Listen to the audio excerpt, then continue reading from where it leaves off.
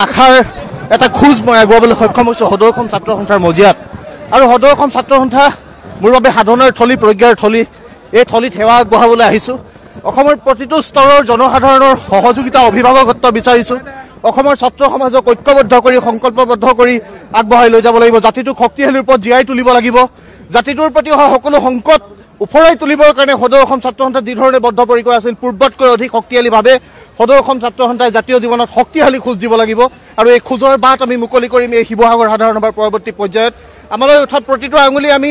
উভতাই আমি তেওঁলোকক দেখাবৰ কাৰণে আমি সক্ষম হ'বৰ কাৰণে চেষ্টা কৰিম এই চেষ্টা থাকিব আৰু সদৌ অসম ছাত্ৰ সন্থাৰ ৰাইজৰ সংগঠন সেই কথা প্ৰতিষ্ঠা কৰিম সদৌ অসম ছাত্ৰ সন্থাই ছাত্ৰ ছাত্ৰীসকলৰ সুৰক্ষিত শৈক্ষিক ভৱিষ্যত অৰ্থনৈতিকভাৱে জাতিটোক স্বাৱলম্বী কৰি তুলি আমি কেনেধৰণে আগবাঢ়ি যাব পাৰোঁ সেই গোটেই পৰিকল্পনা যুগুতাই আমি আগবাঢ়ি যাম আৰু আমাৰ এটা কথা ঠিক যে অসমত খিলঞ্জীয়া মানুহে নিজৰ অধিকাৰ নিজৰ স্বাভিমান যাতে কেতিয়াও কাৰোৰ ওচৰত আঁঠুলৈ কেতিয়াও বিচাৰিব লগা নহয় তেনেকুৱা এটা পৰিৱেশ অসমত ৰচনা কৰিবলৈ সদৌ অসম ছাত্ৰ সন্থা বদ্ধপৰিকৰ ৰূপত আগবাঢ়ি যাব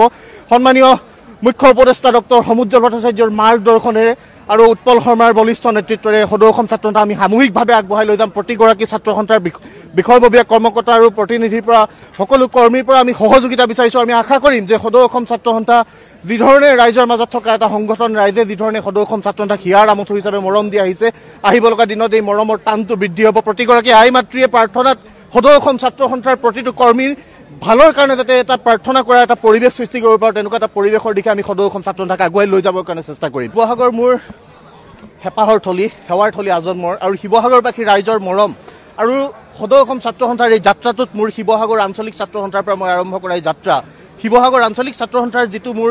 গোটেই সামাজিক জীৱনটোত আগবঢ়াই নিয়াৰ ক্ষেত্ৰত শিৱসাগৰ আঞ্চলিক ছাত্ৰ সন্থাই মোক যিটো প্লেটফৰ্ম দিলে মোৰ আই পিতাৰ পাছত যদি মই কাৰোবাক পাইছোঁ সেয়া সদৌ অসম ছাত্ৰ সন্থা আৰু এই সদৌ অসম ছাত্ৰ সন্থা নামৰ এই সত্তাটোৰ ওচৰত মই বিলীন হৈ থাকিম সদৌ অসম ছাত্ৰ সন্থা নামৰ সত্তাটোক মই শক্তিশালী ৰূপত বলিষ্ঠ ৰূপত আগবঢ়াই নিবৰ কাৰণে মই প্ৰতিশ্ৰুতিবদ্ধ আৰু সদৌ অসম ছাত্ৰ সন্থা পূৰ্বতকৈ বলিষ্ঠভাৱে ৰাইজে বিচৰাৰ ধৰণে চলিব